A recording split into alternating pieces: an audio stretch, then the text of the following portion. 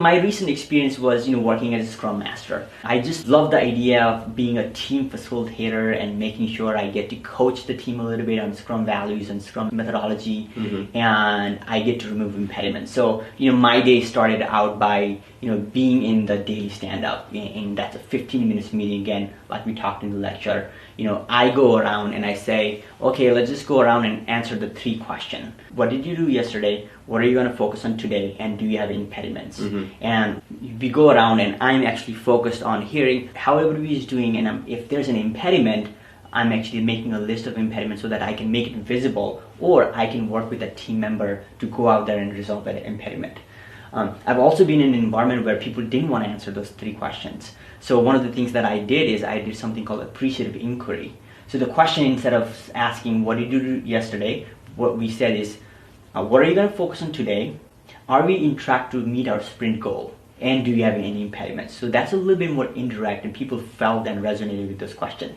Sure. So you can run your daily stand-up that way too. So that was really well. And then after that, I go about and I work with the developer to remove those impediments. Let's say they don't have some kind of data for testing, or if they need some servers, or if they need to talk to another team member for certain, I would facilitate those meetings and whatever the team needed. I would facilitate the sprint planning, where a team plans for the iteration or the sprint.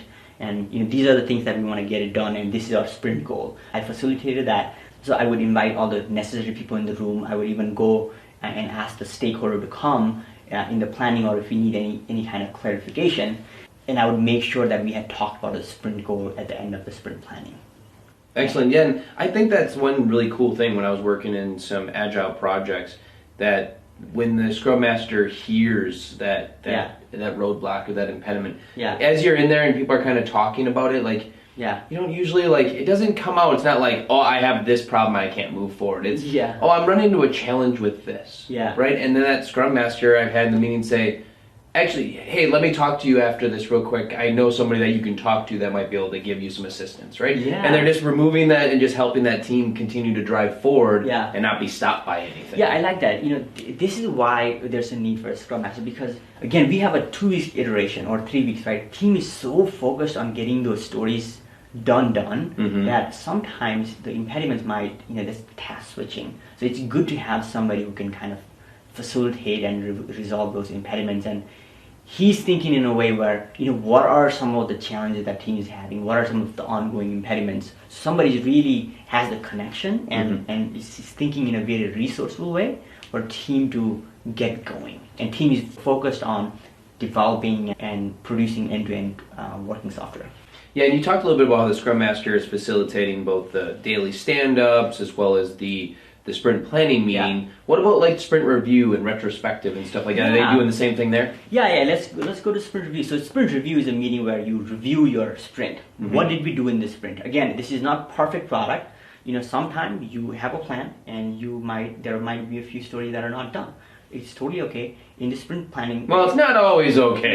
Yeah. So in the sprint review... It's okay there. Yes. Yeah, well, the team is learning, right? Initially, they estimate too many things, and in Scrum Master... We always overcommit, right? I know that the team is not going to finish this, but I'm not saying anything. I want them to learn, right? So it's okay. So I facilitate the sprint review, and I even invite some of the stakeholders or external customers there. If we need some feedback, or if we need to do an informal, here's what we have, right? In that meeting, we're kind of reviewing the progress compared to our product backlog, and what do we need to change in the product backlog based on what we have completed.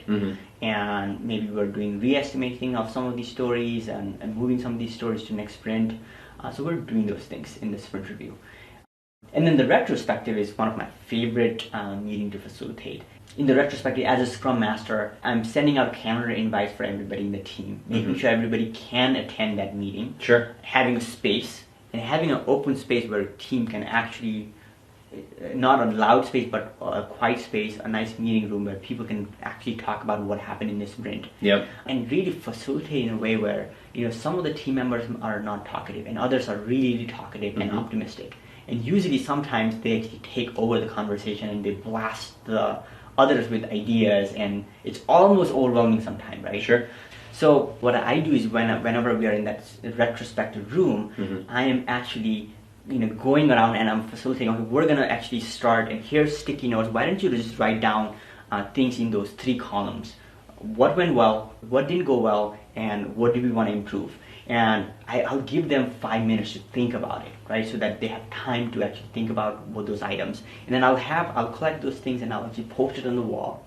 And I'll say, okay, well, this is the overall team sentiment. This is how we did in this iteration. Like, fine, some of the things that might have gone wrong, so I address the elephant in the room and make it less awkward. I go around and say, okay, well, Tim, you said this, like, why don't you tell us more? Like, what are you actually feeling?